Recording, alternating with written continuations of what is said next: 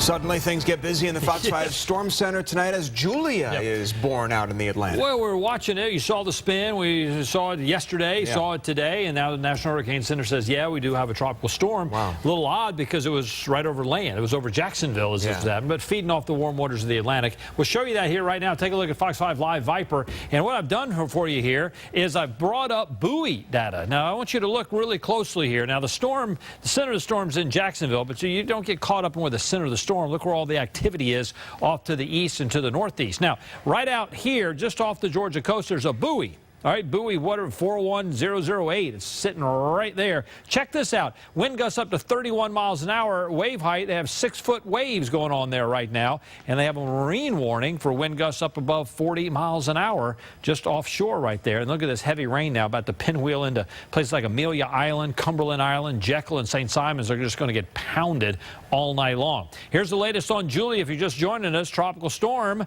40-mile-an-hour winds, and it's on the move to the north-northwest very slowly, about 9 miles an hour, staying a tropical storm right on into tomorrow, and then downgraded to an area of low pressure by Wednesday night, and then just kind of stalling out near Dublin, between Dublin and Savannah, right along I-16. So we're looking at the possibility of some very heavy rainfall down there in southeast Georgia, 3 to 6 inches, maybe some isolated higher amounts. Here in North Georgia, kind of quiet tonight.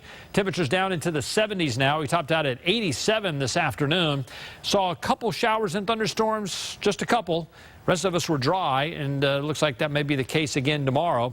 We'll find wake-up temperatures in the mid to upper 60s to the north, low 70s down here on the south side, and then highs tomorrow with a mix of sun and clouds, mid to upper 80s in many neighborhoods, but we'll see a little more sunshine, a little more heat right along the Georgia-Alabama line from LaGrange all the way up to Rome. They'll be kind of teasing the 90, 91-degree mark for sure.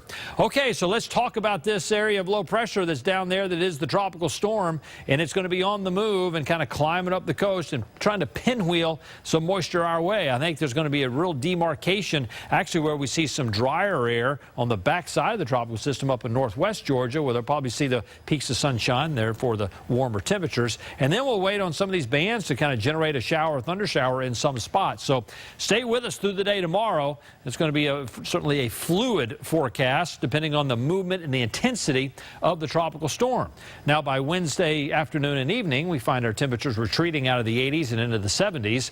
I do think by Thursday, even if this thing stalls out down to our southeast, we'll see a little bit drier air perhaps in here. High temperatures holding in the low and the mid 80s in many areas, so certainly got a September feel to it with just a few hit and miss showers and storms. Now a front's going to arrive in here I think on Friday. That's going to enhance our rain chance as we roll on into the weekend.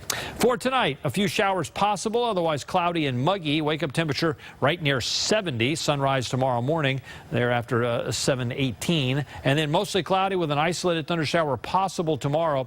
Look for a high temperature right there in the mid to upper 80s. Here's your Fox 5 Storm Team AccuWeather forecast. And we got the isolated storms Wednesday and Thursday, meaning less numerous. And then on Friday, cloudy, scattered thunder showers. Yeah, it's a little more numerous, and that's going to be the rule into Saturday and Sunday, tempering the temperature, keeping the highs there in the mid 80s with overnight lows in the upper 60s. So weekend's not going to be a washout, but there are going to be some scattered showers and storms, and it will be mostly cloudy. We'll take another look at Tropical Storm Julia and your final forecast in 10 minutes. A lot to watch for the rest of the week. All right, David, thanks.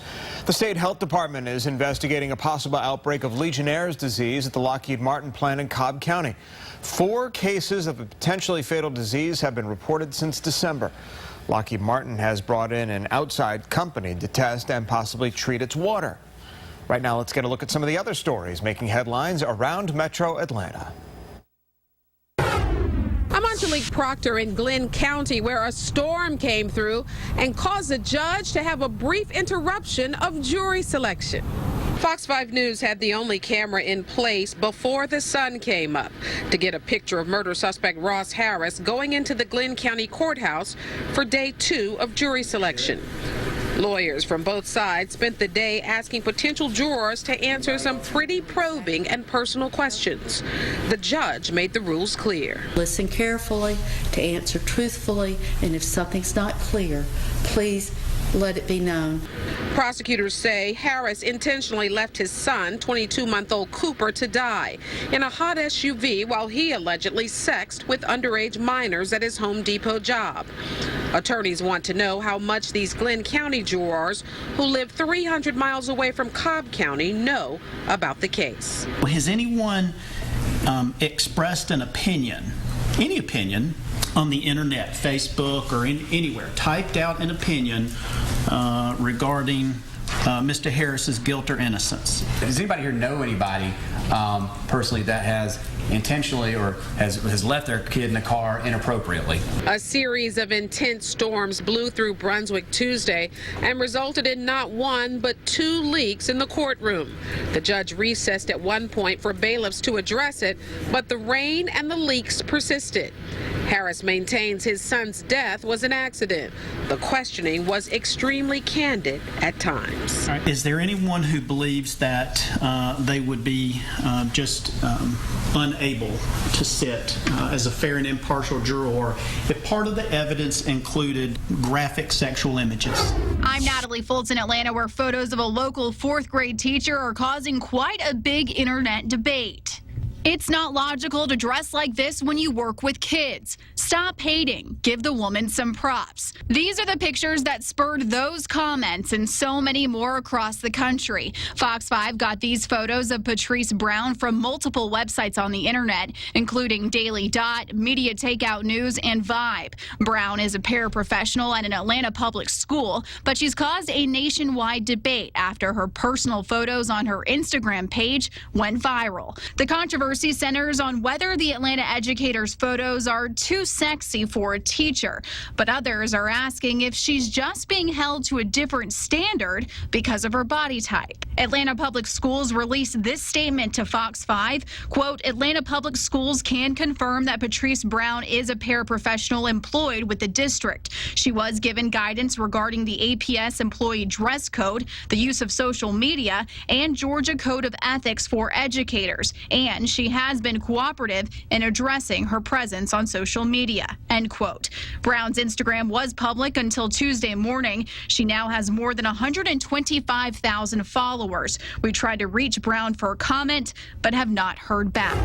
I'm Morris Diggs. The school year has barely begun, yet dozens of Mill Creek high schoolers are getting notices they're being punished. They just have to put in the work. There's no shortcuts, to education. We spoke to parents before a formal notification went out about what went wrong with a summer reading assignment. Students were instructed to choose a book and prepare an essay. Some students flat out plagiarized. There have been some discussions that one particular student wrote an essay and then was paid money for other students to copy the answers. Leanne LaRosa acknowledged her teen boy will have to serve a one-day suspension for what his father called collaboration, FaceTiming with a friend to complete the assignment. If they caught him cheating or if he didn't follow policy, give him a 0. That's fine. But don't suspend him also and put it on his permanent record. The Gwinnett Superintendent's Office says it's no small matter. The school honor code was violated by so many students. Coming up tonight as we continue here, a tough lesson for a little boy who is holding a cell phone, which Samsung is telling consumers to stop using. Then, an 84-year-old woman pepper sprayed inside her home. Wait until you hear why and how neighbors feel about what happened. And surveillance video captures the frightening moment when 3 cops had to run for their lives when a car came barreling toward them. Fox 5 News Edge at 11 will continue right after this.